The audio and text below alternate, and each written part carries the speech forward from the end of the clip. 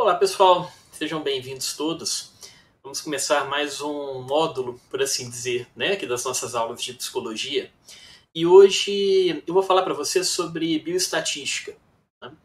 Essa é uma das disciplinas que eu leciono atualmente, uma disciplina pela qual eu tenho muito carinho. E por incrível que pareça, né, eu resolvi trabalhar com bioestatística tardiamente, né, assim, na minha formação. Eu acho que eu só fui entender minimamente do que se trata quando eu estava para formar, né, após eu ter feito uma iniciação científica e coisas assim. Mas hoje em dia ela se tornou uma ferramenta muito importante, né, do meu trabalho, da minha prática, não só de pesquisador, não só de professor, de acadêmico, mas também em termos de prática clínica, né, em termos de uma prática profissional mais aplicada. Né? Quem trabalha com psicologia clínica ou então com neuropsicologia clínica certamente se depara com bioestatística. Né? É uma das formas que a gente tem para instrumentalizar, ok? A nossa prática profissional através de testes, de comparações, de escalas, de normas e coisas assim. Né?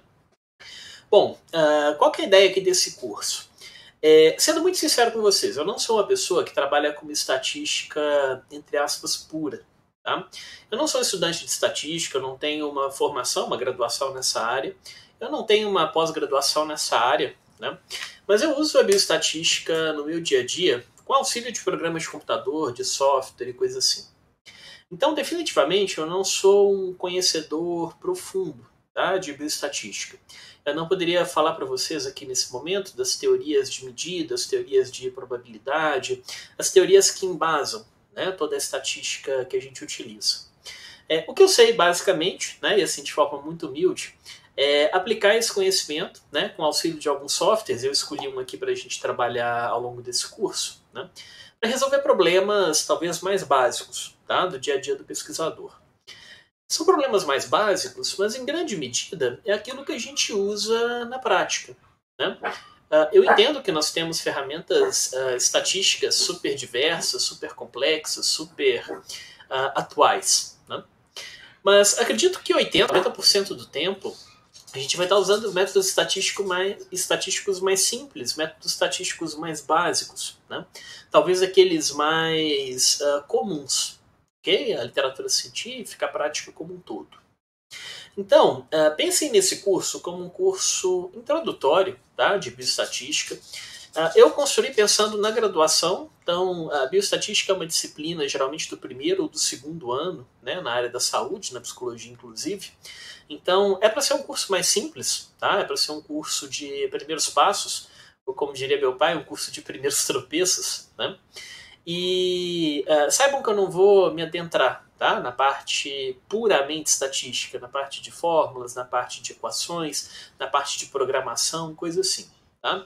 Assumindo aqui minhas limitações e minha humildade, eu vou ensinar vocês a ler os dados de estatística. Tá? Então, evitar aquela coisa que a gente faz como estudante, né? Você lê a introdução, lê o objetivo e pula para a discussão. Tá? Então não pode fazer isso. Depois de um certo tempo você faz o contrário, você ignora a introdução, ignora a discussão e lê só o método e o resultado. Né? Mas eu quero capacitar vocês a ler um artigo científico, a ler um texto científico, né? E a fazer as análises mais básicas de estatística. Tá? Estatística pode ser uma coisa muito simples, com uma aplicação muito básica, só para você descrever aquele processo que você observa, aquele processo que você tenta compreender, até coisas muitíssimo complexas, né? A ponto de você tentar prever a probabilidade da ocorrência de um evento no futuro. A estatística vai te ajudar para todo esse tipo de coisa. Né? Vamos focar aqui nesse curso em 3 aplicações básicas da estatística. A primeira vai ser você descrever um certo conjunto de informações, um certo conjunto de dados. Então, mostrar qual que é a cara desses dados. Né? Se você tem uma série de observações, né? Que observações são essas? Qual é a sua quantidade? Qual é a sua frequência? Qual que é a sua tendência central? Qual que é a sua média? Qual que é a sua mediana? Qual que é a sua dispersão? Né? Como que os dados oscilam em torno desse eixo central? Trabalhar com técnicas de comparação. E aqui a minha ideia é fazer comparações simples. Então, comparar um grupo com outro. Né? Seja, por exemplo, comparar 2 frequências, comparar 2 médias, comparar 2 medianas, né? de 2 grupos independentes que vocês estiverem trabalhando. E também com técnicas de associação, né? Principalmente análise de correlação e análise de regressão linear ou regressão variada, tá? As regressões mais simples. Conteúdos adicionais a gente pode pensar no futuro, né? Mas eu imagino que isso já esgote, né, o básico que a gente precisa aprender nos cursos de graduação. Então, lembrem-se que esse é um curso instrumental. Tá? Eu não vou falar de programação, inclusive eu sou um péssimo programador, já tentei várias vezes nos últimos anos, né, pegar a mão da coisa, mas eu tenho muita dificuldade. Não vou usar um software que demanda, né, uma programação muito intensa, vou usar um software de interface simples, daqui a pouco a gente já chega nele. E a ideia aqui é que eu mostre para vocês qual que é a lógica, né, ou quando que eu uso, né, cada uma das ferramentas estatísticas, quais são os contextos mais aplicados.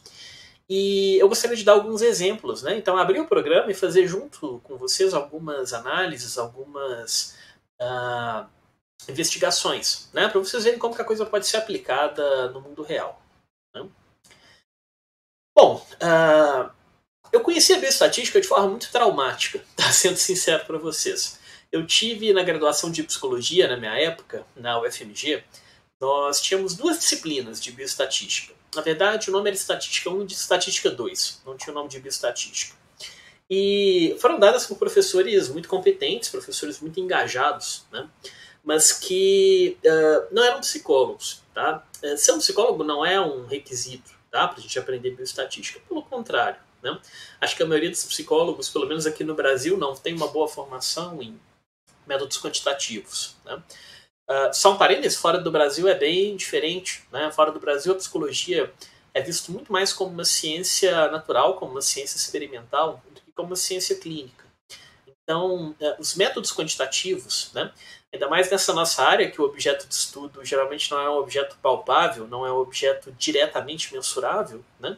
Fora quando você mexe com comportamento ou medidas psicofisiológicas. Como a gente tem um objeto de estudo mais difícil de ser analisado, a psicologia ela desenvolveu um instrumental quantitativo, né, muito robusto para a gente fazer esse processo.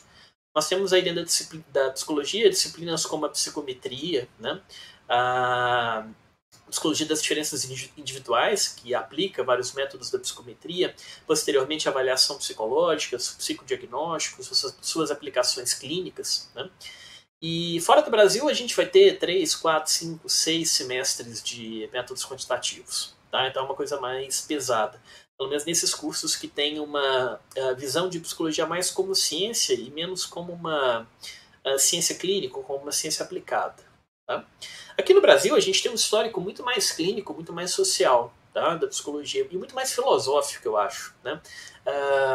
Assim, não estou dizendo que isso é ruim, mas talvez menos científico em termos de ciências naturais e mais filosófico, mais próximo das ciências humanas como um todo. Então, a bioestatística, por vezes, passa batido na graduação. Né? É aquela disciplina que eu escuto o pessoal falar assim, eu resolvi fazer psicologia porque eu não gostava de matemática, eu não era bom em matemática, eu não gostava de exatas e coisas assim. Bom, então, não temam.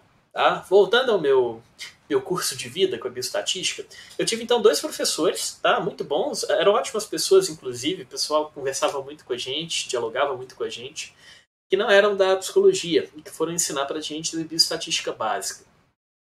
Só que isso era, se eu não me engano, o primeiro e o segundo período de psicologia. E pra gente era muito difícil, porque era um momento que a gente não entendia o papel, tá, da bioestatística ali na psicologia, a gente não tinha uma noção muito clara disso. Tá?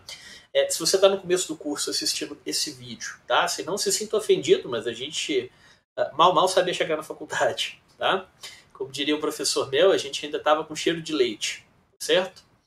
E era muito difícil a gente engajar nesse conteúdo, que era um conteúdo relativamente difícil, e eu tive uma parte bem prática, no sentido de fazer as equações matemáticas, resolver os cálculos estatísticos em si, o que é interessante, tá, em grande medida, mas a gente não via muita aplicação disso na época, então era difícil você motivar com um conteúdo que você não entende o sentido, você não entende o propósito. Né? No meu mestrado eu fiz uma disciplina de bioestatística também de forma muito semelhante, com uma professora muito boa, né? Uma pessoa por quem eu nutro muita admiração, acho que é uma pessoa que tem uma carreira muito importante na área, uma carreira muito bacana na área. E lá eu consegui uma aproximação maior, né, com o meu objeto de estudo. Eu fiz mestrado em neurociências, né, no Instituto de Ciências Biológicas do FMG. Depois disso, me convidaram, em certo momento, para dar aula de bioestatística. Né? Eu já mexia com a parte prática. Né? Eu fiz a análise estatística de praticamente todos os artigos, as publicações que eu participei, pelo menos as que estavam diretamente na minha mão, que eu fui primeiro autor e coisa assim, eu fiz tudo. Né?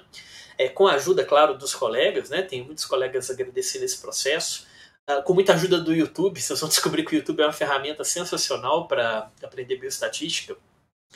Mas eu já consegui aplicar algumas coisas ali naquele momento, mas eu nunca tinha lecionado bioestatística.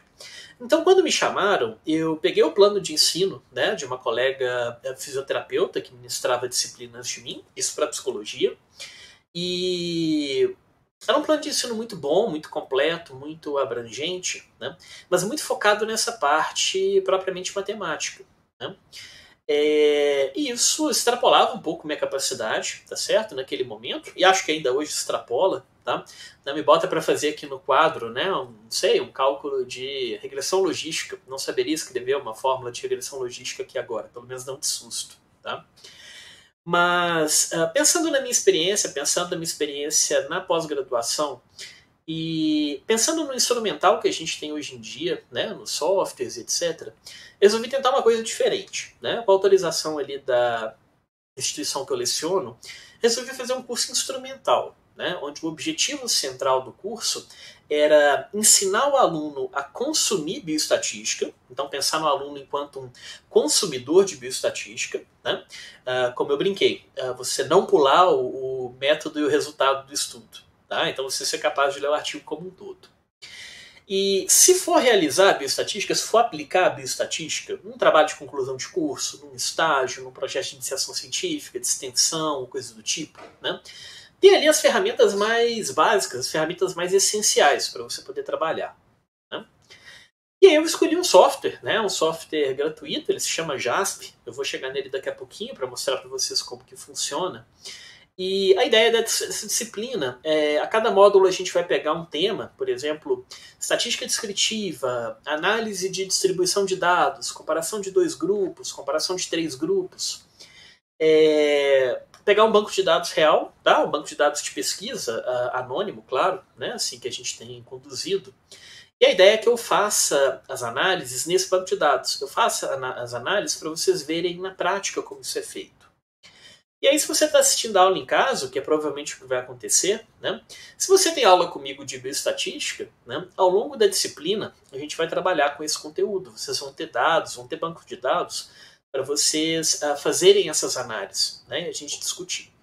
Se você está vendo isso como um ouvinte, né, não sendo diretamente meu aluno dessa disciplina, a ideia é que você pegue o seu banco de dados de pesquisa, né, ou que você construa o seu banco de dados de pesquisa, e consiga usar esse conhecimento aqui a seu favor. Né? Então consiga analisar, né, com as próprias mãos os dados que vocês têm à disposição. Então eu não sou muito pretencioso, tá? Se não vou tornar ninguém aqui um estatístico ou coisa do tipo, tá? Quem dera eu. Tá nos planos assim de vida, né? Talvez me capacitar melhor nessa área.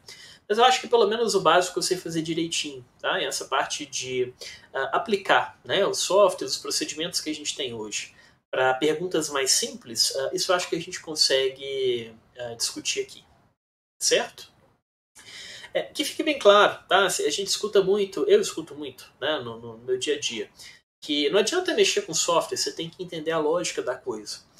Eu acho que eu entendo a lógica da coisa. Tá? Eu acho que eu consegui chegar nesse ponto, pelo menos para a estatística mais simples. Né? Mas eu não vou ser a pessoa, né? Eu não vou ser o profissional que vai pegar um software bruto, né, de programação e etc. e vai construir ali os modelos estatísticos. Não é muito não é muito do meu interesse, não é muito da minha competência, não é muito da minha capacidade. Então vamos manter as coisas de forma simples. Né? Primeiro a gente aprende os softwares, depois quem tiver interesse, definitivamente não faltam bons profissionais, inclusive da psicologia, né, para capacitar vocês nessas outras áreas mais sofisticadas. Tá? Muito bem, então tendo feito essa introdução, vamos pegar alguns conceitos básicos aqui de bioestatística. Tá? Se a gente pensar na estatística tradicional, então aqui eu não estou dizendo da aplicação da estatística às ciências biológicas, às ciências que vão, em última medida, né, se transformar nas ciências da saúde, nas ciências que estudam o ser humano, o seu comportamento, a sua mente e coisas assim. A estatística, de forma geral, né, ela é uma ciência, então ela é uma área científica, um campo científico relativamente independente, que trabalha basicamente com probabilidade, tá? Ou mais especificamente com teorias probabilísticas. A ideia básica da estatística é de oferecer um arcabouço teórico e um arcabouço metodológico, né, através dos procedimentos estatísticos, dos cálculos estatísticos, né, que te permita basicamente testar, né, se as observações que você faz num experimento, numa coleta de dados naturalista, numa observação clínica, num ensaio e coisa assim, né, se você consegue enxergar algum tipo de padrão, tá, nesses dados. Né, algo que fuja da aleatoriedade, algo que fuja do acaso. Né, permite que você compare as suas observações, né, com algo completamente aleatório, né, pelo menos na estatística mais tradicional, frequentista, com algo assim que aconteceria, entre aspas, né, de forma natural, de forma caótica, né, e te dá uma certa margem de segurança, né, do tanto que do qual esse padrão que você observa ele é realmente um evento único, um evento digno de nota, um evento real. Ou ele pode simplesmente ser explicado, né, pelo ruído aleatório, pelos confundidores, né, ou por algo que não seja exatamente a sua hipótese, seu objeto de estudo e coisa assim. Então, basicamente, a estatística vai permitir que a gente observe ou identifique padrões dentro de um certo conjunto de dados, dentro de um certo conjunto de informações. Né? Que padrões são esses? Depende, né? Vai depender fortemente dos modelos de estatística que a gente usa e do tipo de observação que a gente está fazendo. Né? É importante salientar que no momento que a gente fala de um modelo estatístico, de um modelo científico, ou então de você modelar, né, a aleatoriedade que tem ali num certo fenômeno, todo modelo é uma simplificação da realidade. Tá? No momento que você está querendo adotar um modelo, você está buscando uma explicação mais simples e mais genérica para os fenômenos que você está observando. Se o seu fenômeno não pode ser simplificado, entre aspas, ok, você vai lá e vai descrever o seu fenômeno como um todo, né? Vai usar os dados brutos, por assim dizer. Tudo bem. Agora, no momento que eu tenho várias observações, ou que eu tenho várias medidas de um determinado fenômeno, várias observações dependentes ou independentes, eu posso tentar identificar um padrão. Né? Identificar os padrões geralmente facilita que a gente teste algumas hipóteses que a simples observação natural, a simples análise de natureza mais qualitativa não poderia permitir. Né? Permite, por exemplo, que a gente consiga prever alguns desfechos, ou que a gente consiga testar associação entre fatores, analisar, por exemplo, o risco de um determinado desfecho, analisar diferenças provavelmente reais, né, entre padrões de comportamento, diferenças de média de grupos e coisas assim. Então lembrem-se que a gente vai estar simplificando a realidade. Tá? Ok, mas esse é o objetivo de você usar um modelo. Né? A ideia aqui é que essa simplificação ela tende a ser benéfica. Ela facilita com que a gente compreenda um fenômeno complexo. Na psicologia, por exemplo, a gente trabalha muito com estudo de caso. Né?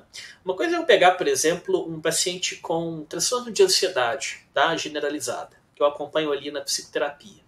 Eu faço uma história de vida desse paciente e eu consigo identificar dentro dessa história fatores que provavelmente se associam ao desenvolvimento daquela ansiedade. Né?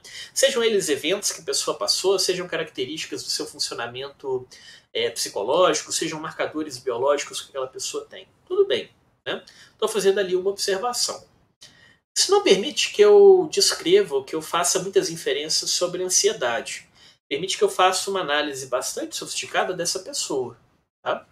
Agora, se eu quero compreender o fenômeno ansiedade, provavelmente eu vou ter que ter múltiplas observações. Outras pessoas, observações repetidas da mesma pessoa em diferentes contextos, medidas de diferentes formas. Né? Os padrões que surgem dessas observações são os padrões que podem nos ajudar a compreender esse fenômeno. Né? Que não seria só um fenômeno individual, seria um fenômeno mais geral, um fenômeno mais abrangente. Tá? Então, se você vai trabalhar, por exemplo, com um único caso, se você vai descrever um único relato, geralmente você não vai usar um método estatístico tradicional. Né? Você tem ferramentas de estudo de caso, tá? Isolado. Nós temos inclusive alguns estudos publicados com isso. Né? Um psicólogo, eu aprendi com o professor Vitor Haase, né, na minha graduação. Um psicólogo inglês se chama John Crawford. Desenvolveu uma série de métodos estatísticos para estudo de caso. Né? Só que isso foge à prática da maioria dos psicólogos. Tá? Então, se você quiser analisar um caso específico, etc., bem idiosincrático, tudo bem, você não precisa de um modelo, você vai lá e estuda esse caso da forma como você quiser, tá? Faz a análise mais aprofundada que você puder. Agora, se você quiser identificar um fenômeno que não é puramente individual, tá? Um fenômeno que ocorreria em várias pessoas, um fenômeno que é uma entidade, né, assim, à parte, né, que é uma entidade na saúde, por exemplo, nosológica, tá? Uma condição de saúde. Aí você vai precisar, em alguma medida, identificar esses padrões. E aí que a estatística vai te auxiliar. Né? E por que a gente chama de bioestatística? Né?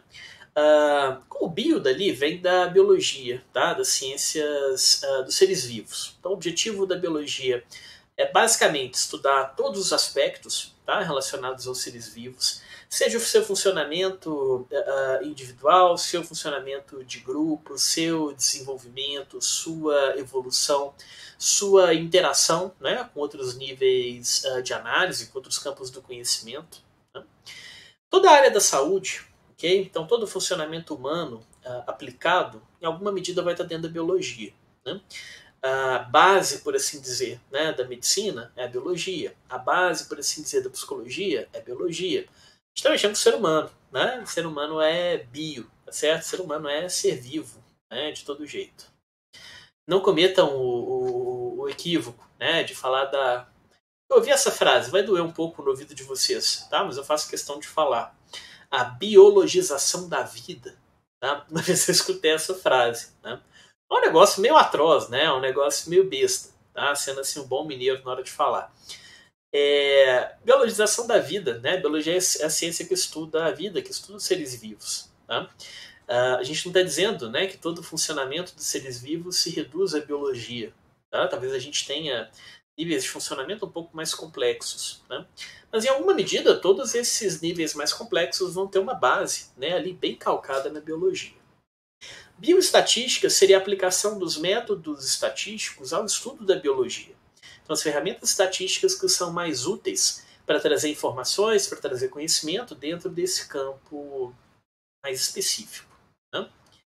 E aí, para restringir um pouquinho mais, né, se a gente for pegar a ideia de psicologia enquanto ciência, tá, a gente pode dizer que a psicologia é a ciência da mente, tá? Ou a ciência dos processos mentais e comportamentais. Seria uma definição um pouco mais recente. Né?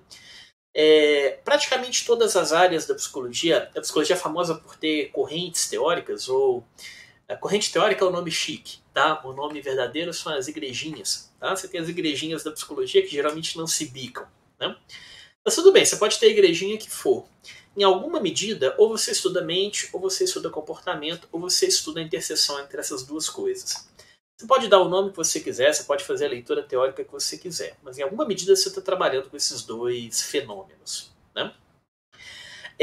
O foco da psicologia mais atual, né, é o estudo do ser humano. Tá? Outros seres, tá? Outros animais, também tem em mente, também tem comportamento, certamente a mente muito diferente da nossa, comportamentos muito diferentes dos nossos, mas eles também têm. Tá? Analisando outros animais, a gente consegue aprender muito, né, sobre o nosso funcionamento. Algumas dos conhecimentos mais robustos que a gente tem na psicologia, eles vieram dos estudos com animais. Né?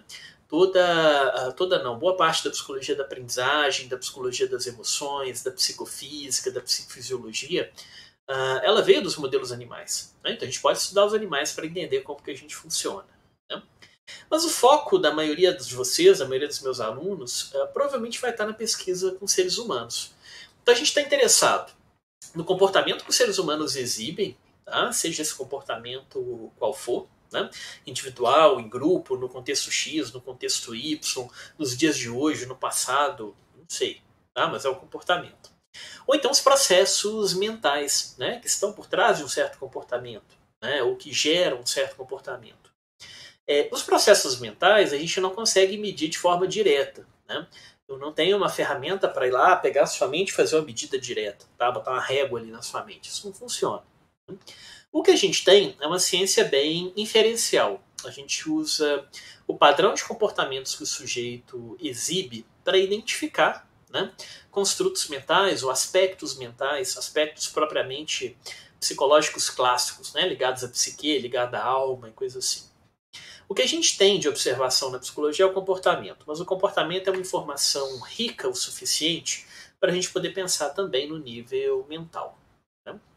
E é claro que quem permitiu que a gente fizesse uma conexão tão boa e quem permite que a gente avalie o quão essa conexão é válida, o quão essa conexão é confiável, são os métodos estatísticos. Né? Muito bem, então fizemos esse recorte. Tá? A gente está estudando algo, né, que é a aplicação da bioestatística enquanto método dentro do contexto da biologia, mais especificamente na psicologia. E a gente quer usar a bioestatística, né, para compreender melhor os processos mentais e o comportamento das pessoas. Okay? Esse vai ser o nosso recorte, essa vai ser a nossa zona de conforto, certo? Aqui no nosso curso. Muito bem. Quais são as aplicações que a gente teria da bioestatística nesse contexto? Você pode usar a bioestatística para descrever um determinado fenômeno, tá? Então, para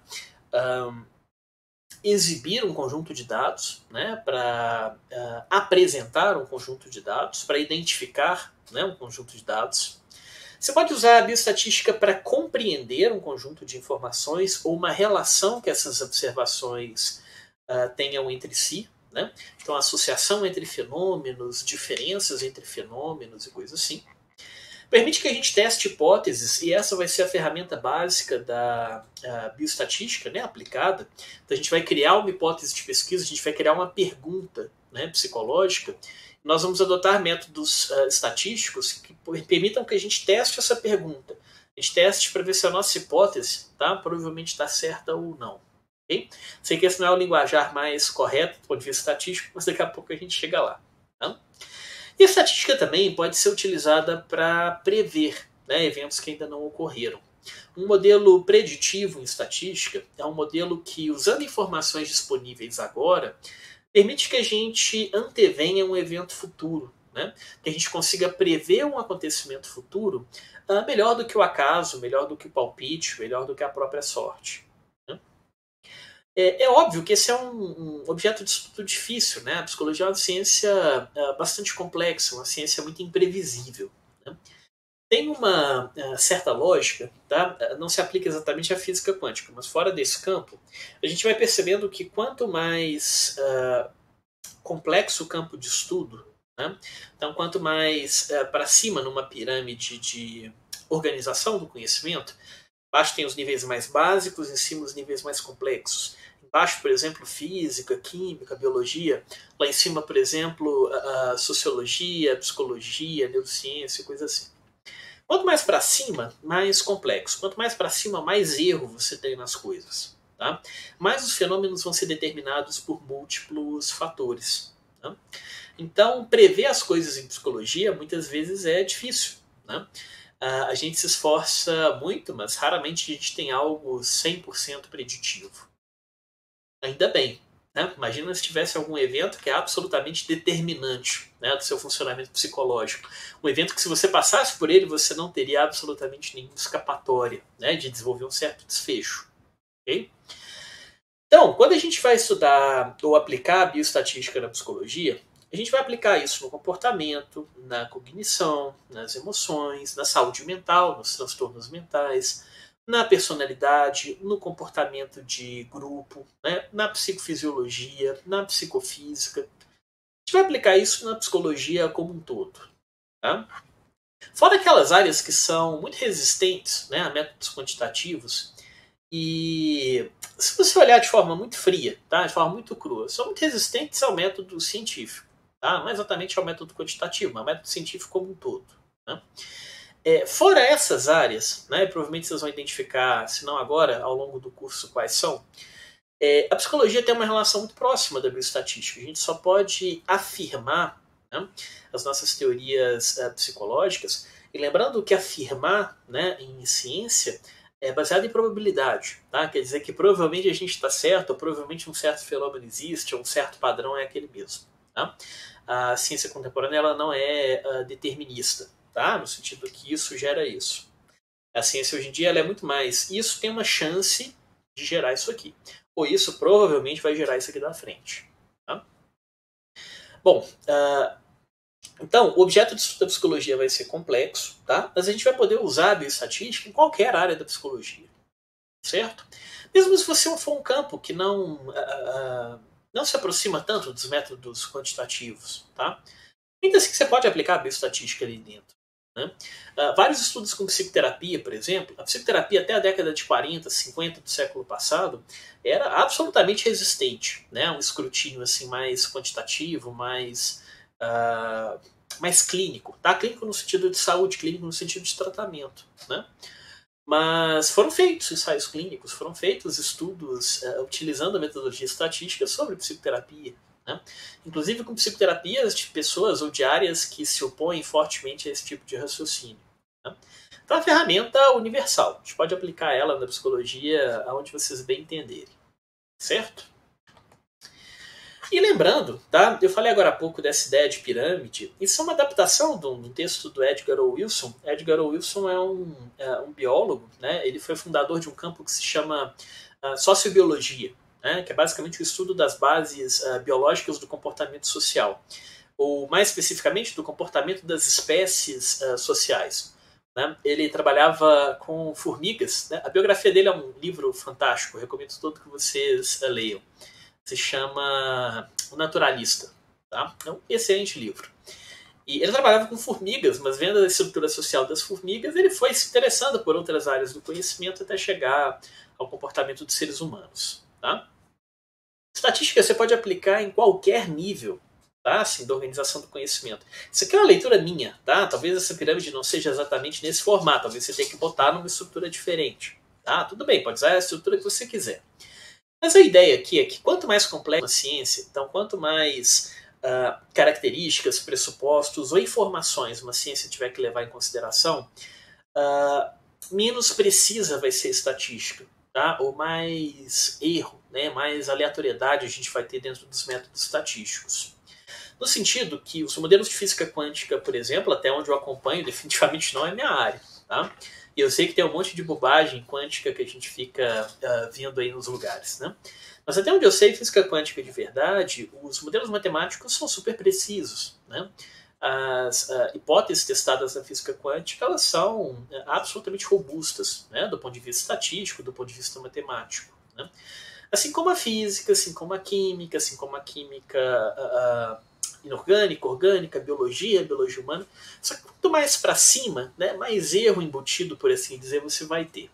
Então os modelos estatísticos eles vão ser menos previsíveis, tá? Ou menos preditores nos níveis superiores dessa pirâmide do que nos níveis inferiores. Não quer dizer que eles não tenham uma aplicação e não quer dizer que eles são um mero acaso, coisa do tipo. Né?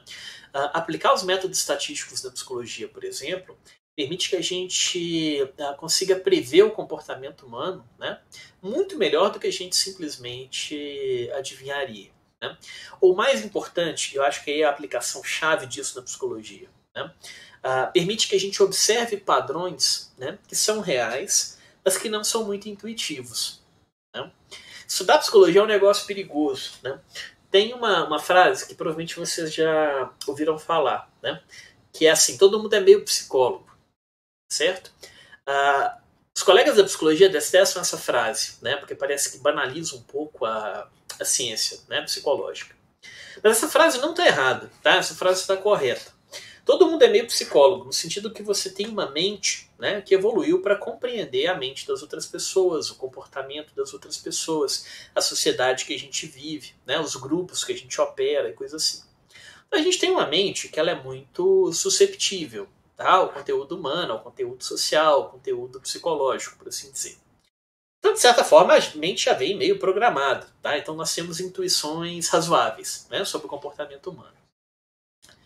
Só que boa parte dessas nossas intuições são razoáveis no sentido que elas funcionam, tá? No dia a dia. Mas funcionar no dia a dia não tem compromisso nenhum com a verdade, tá? Não tem compromisso nenhum com a realidade. Isso quer dizer que intuitivamente, né, nossa mente geralmente funciona, a gente prevê o comportamento humano mais ou menos bem. Mas muitas vezes a gente identifica os padrões de forma errônea. Então você observa, por exemplo, uma relação onde ela não existe. Né? Se eu fizer X, com certeza vai acontecer Y. Né? Aí eu cismo que isso aqui existe, porque afinal de contas eu vi X acontecendo e Y ocorreu em seguida. Né? Então a minha mente tece uma relação ali dentro. Essa relação pode ser completamente espúria. Né? Pode não ter absolutamente nada a ver com a realidade, pode ter sido um acaso. Né? A gente chama isso na psicologia de comportamento supersticioso. Né? Então se tece uma relação entre dois eventos que essa relação não existe. Né? E acontece. Né?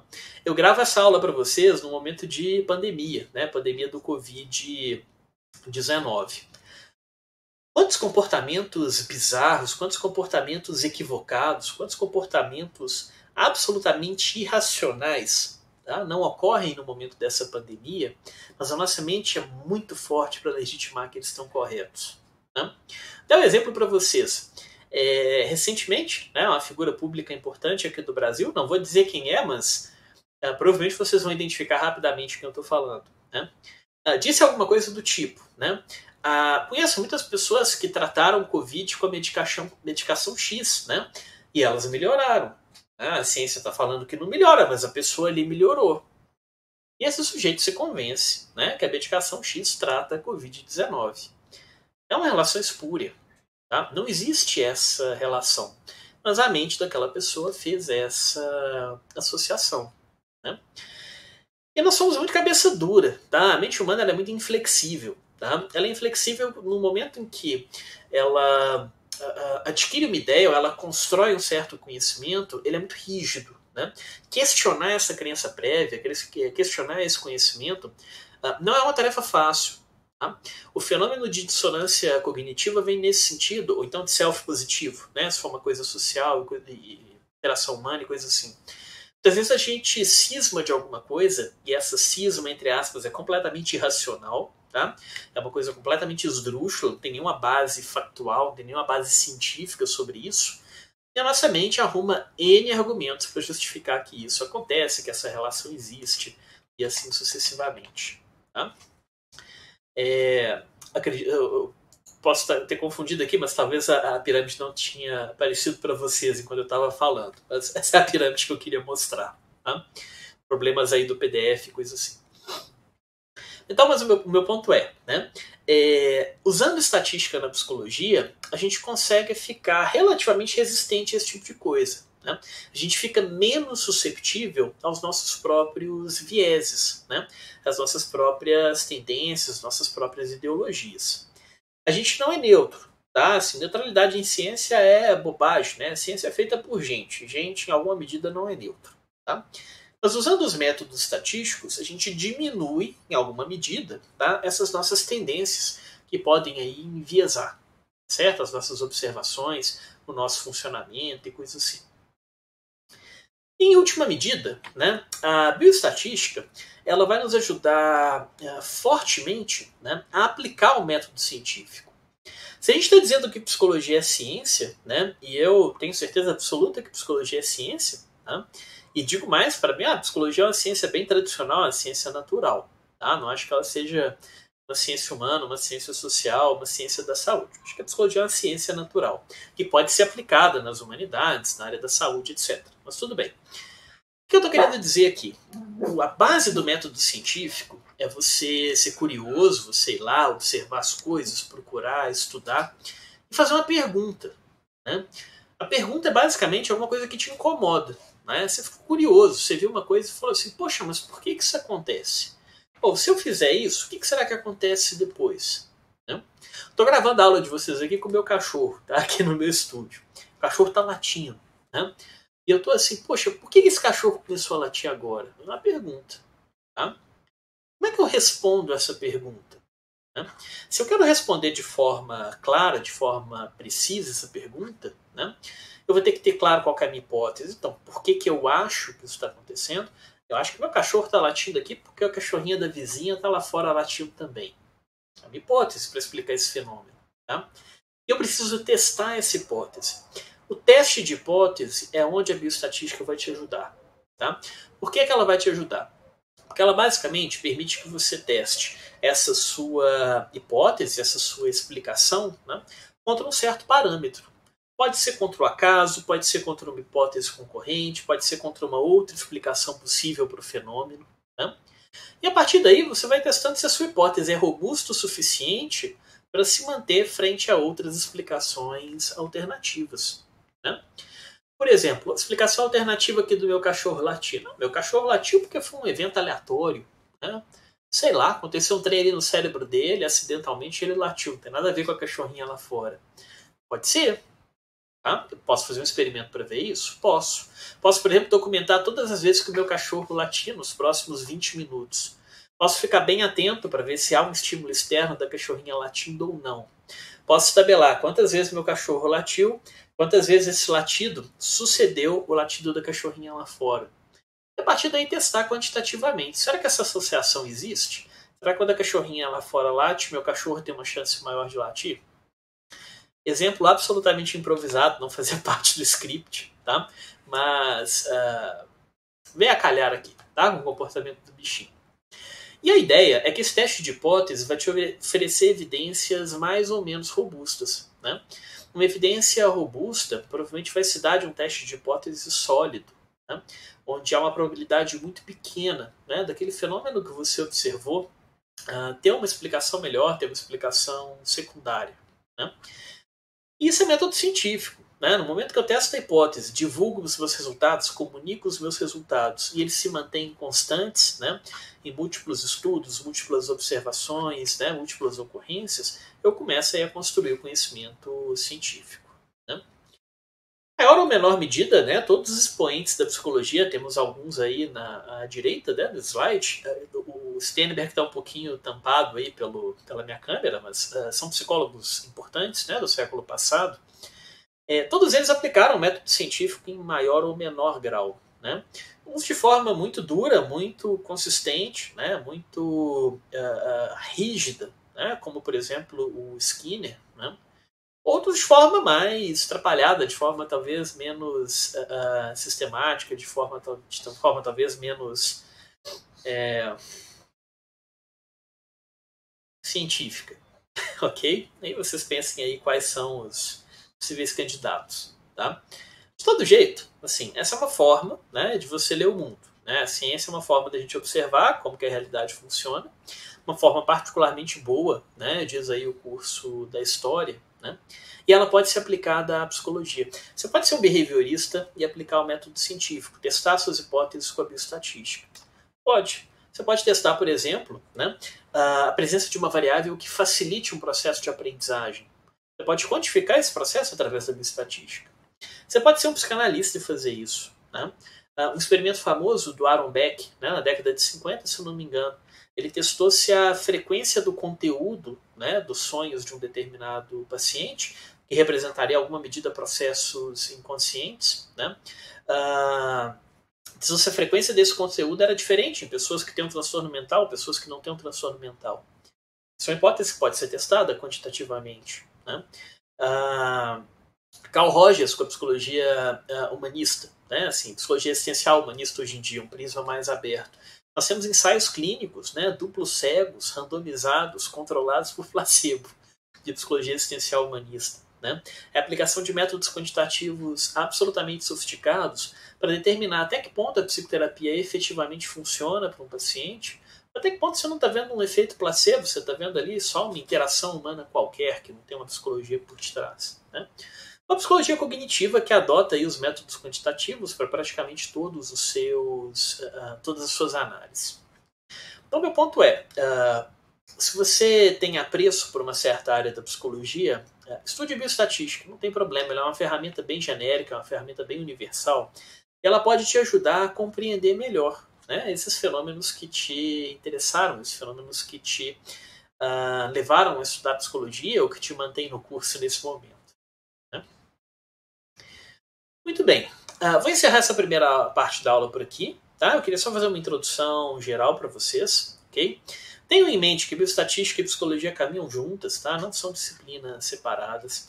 E tenham em mente que entender o básico de bioestatística, e ressalto, tá? Isso aqui é um curso básico, não é um curso sofisticado, não é um curso detalhado. Tá? Esse é um curso introdutório. Tá?